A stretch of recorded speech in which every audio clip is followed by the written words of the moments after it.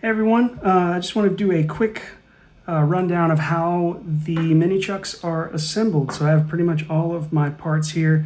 If you are just swapping out the weights on your mini chucks, or if you just want to swap out your paracord, there's a lot of steps here that I'm going to go through that you don't need to do. But I figured it'd be easiest just to show you the process of me setting it up top to bottom. That way you can see everything that you would need to do all in one go. So first things first, we're going to take our paracord here, and typically when I measure these, I prefer to have it so that it covers my middle and ring finger, like all the way across. You can have it a little bit longer, like I have on this set here. The longer that the string is, the heavier that they're going to feel, and the slower that they're going to move. But I have found, and the way that they come assembled out of the package is right around 180 millimeters. But I measure it to right about there, and I'll give it a little bit extra just so that when I go to torch the ends, I have a little bit of wiggle room and I can trim them if I need to. So when you go to cut that off, this is the part where if you're a younger person, you should absolutely have help from an adult, because this can burn you and will burn you if you're not careful. But what I usually do is torch the end until it is melted. You can see it caught fire a little bit there. And then once it's cooled down a bit, I roll it into a point. And sometimes it takes a couple of tries to get it, exactly like that. But the main and most important part is that it is narrow enough to go through the weights here smoothly. Because when you go to torch those, sometimes it'll get a little bit thicker right there on the end. We'll go ahead and do that to the other side. Let it wait. If you touch it when it's melted like that, it will hurt. So be careful. But this is what, the process that you go through if you were just trying to change the cord in your set. And I may need to clip off the end here because this one was melted flat. Oops. Nah, we're good. So you can see it gets kind of chewy. It's not the nicest thing ever. Usually what I'll do is just take my clippers. You can use scissors or a pocket knife or whatever just to trim off the end there.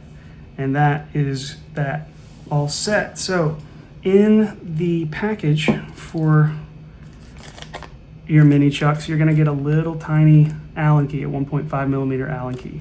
And that is to tighten down the set screws, oops, on these weights. So I have one here that's a little bit easier to see on this black mat. And first thing that I do is tie a knot on one end of the paracord. And this is just for convenience. You don't really have to do it this way, but you thread this through one side all the way through. And you may need to kind of push in and twist it because sometimes it'll get caught on the way through. So that way you have something on this side to anchor the handle to. And this handle is going to inevitably be on this side. And then we put on 4 of our weights. All of these will come packaged with 4 weights, but you can remove weights if you want to go a little bit faster. Just know it is going to take a little bit more force to move those chucks if you're using less weight. So I've found, like, when you're first starting out, it is easier to use a heavier set than it is to use a light one. And I like to just get this about as close to the end as I can and then tighten up that set screw. You want to get it to where it's all the way tight up against that cord so that when you pull on it, it's not going anywhere. And for me, just for a visual thing, I like to keep these lined up. It makes it convenient if you ever have to take off the weights to have all of the screws right next to each other. And this part is a little tricky. You want to hold the back handle between like your pinky and ring finger and use your index finger and thumb to sort of squish this weight towards that weight on the end. So that way when you tighten it, it is pinching them and they don't rattle. Now that's not like a necessary step per se, but I find it way less satisfying to use these when they're rattling around. So I like to just make sure that the weights go on there tight. And finish tightening these up the rest of the way.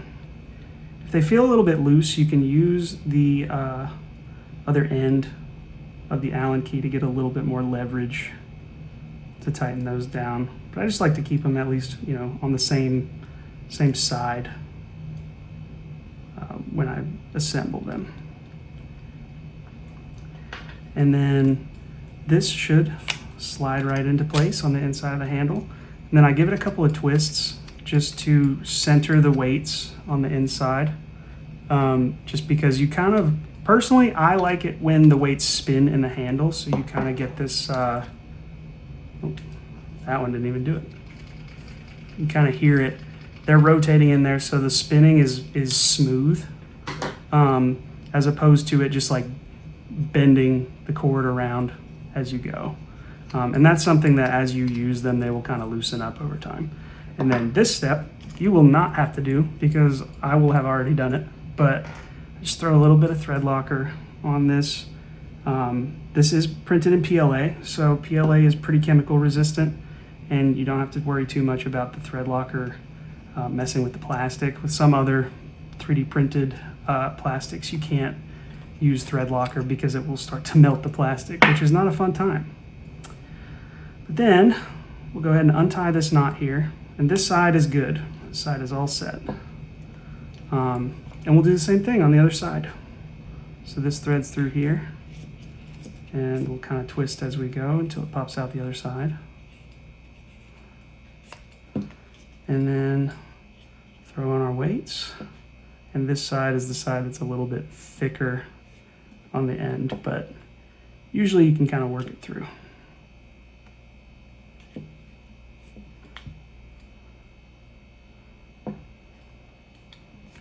Get all those weights on there. Now this is the step where you can kind of adjust how long you want them to be. So what I do is, to begin with, I'll start a little bit away from the end just so I can test how long that's going to be, and I just tightened the top and bottom weights. And the main one that is going to be most important here is the one closest to the inside of the handle, because that's what's going to stop the cord from moving further in between. And if you need it longer, you can get it longer. So I tighten these just so that the set screws don't catch on the internal geometry of the handle. But the main thing is just so that they don't, you know, fly off when I pull it through. So, see, that one was a little bit loose.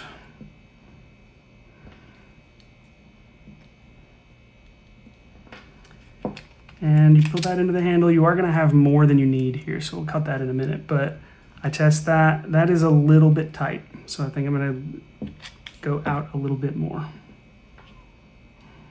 Maybe a millimeter or two. And you will notice, like, if you kind of play around with the length of your cord, it does play pretty considerably different, even with a very little adjustment.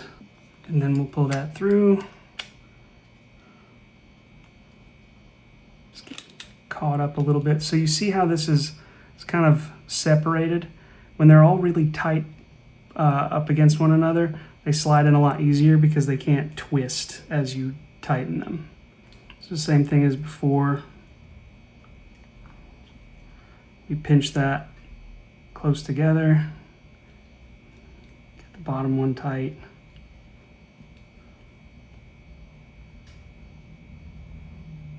And line up the screws.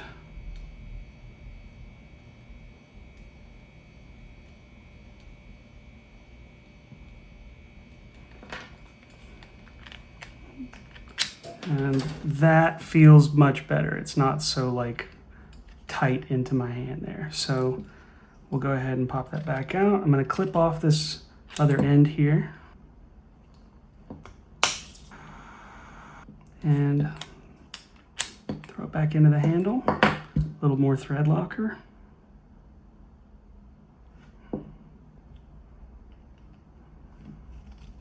We should be good to go. And so these little slots on the base of the handles here are actually sized to fit a US quarter. And pretty much any other coin that you can fit in that slot you can use in case this gets a little tight or it's hard to remove, or if you want to really crank down on the threads. Just don't crank too hard because it is 3D printed plastic and they may snap. And then you're pretty much good to go.